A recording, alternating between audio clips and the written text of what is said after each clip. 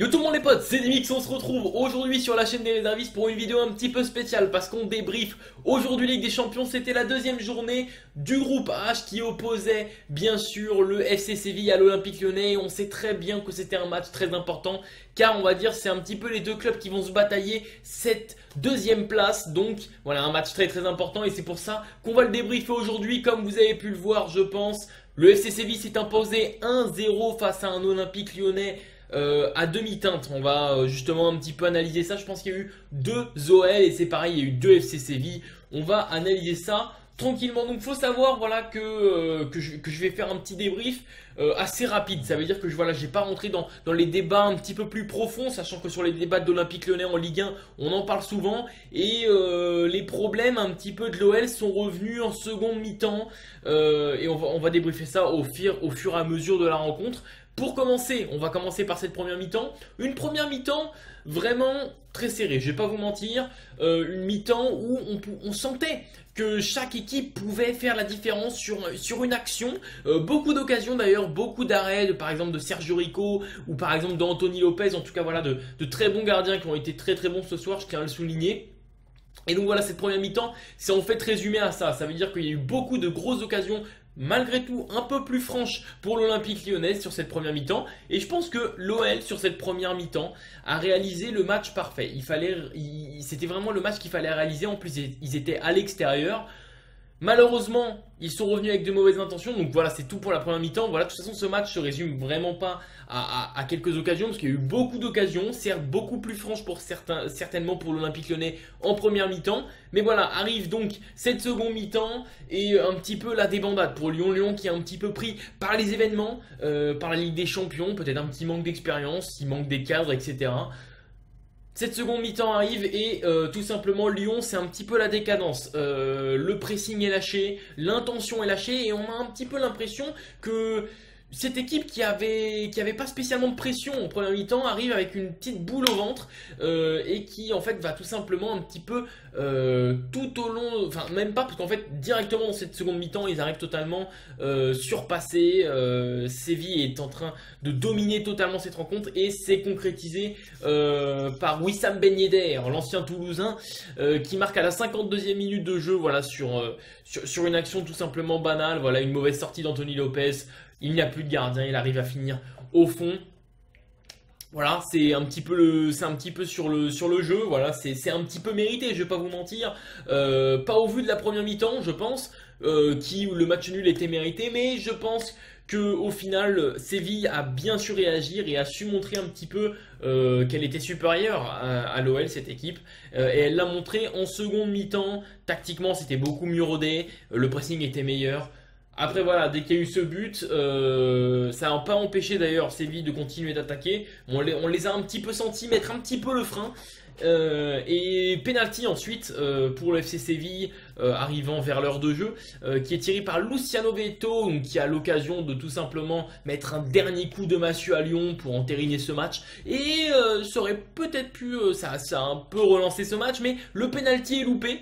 C'est pas un arrêt d'Anthony Lopez, hein, c'est vraiment un gros loupé de Luciano Veto et donc ce match qui en fait au final va continuer dans ce rythme, un petit peu ce faux rythme après, hein, qui est installé par justement Séville, qui essaie de conserver ce score, qui sent qu'il va avoir du mal à enfoncer le clou, même s'il y a de grosses occasions, et Lyon qui est toujours un petit peu sur le retrait, qui a peur d'aller prendre de prendre des risques tout simplement, et c'est ce qui je pense a manqué à cette équipe lyonnaise ce soir, c'est de prendre des risques.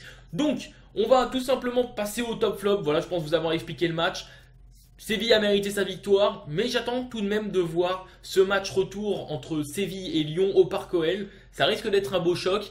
C'est un match qui me fait vraiment plaisir parce que quand j'ai vu si l'OL nous propose ce même jeu qu'ils ont proposé en première mi-temps, si à les retours de Alexandre Lacazette, etc., que Tolisso est toujours aussi bon, que Nabil Fekir qui a pu jouer que une heure de jeu est toujours aussi bon, parce que c'est vrai que sur cette première mi-temps c'est bon, il a été assez décisif, il a tenté des trucs et ça c'est ce qu'on apprécie chez lui.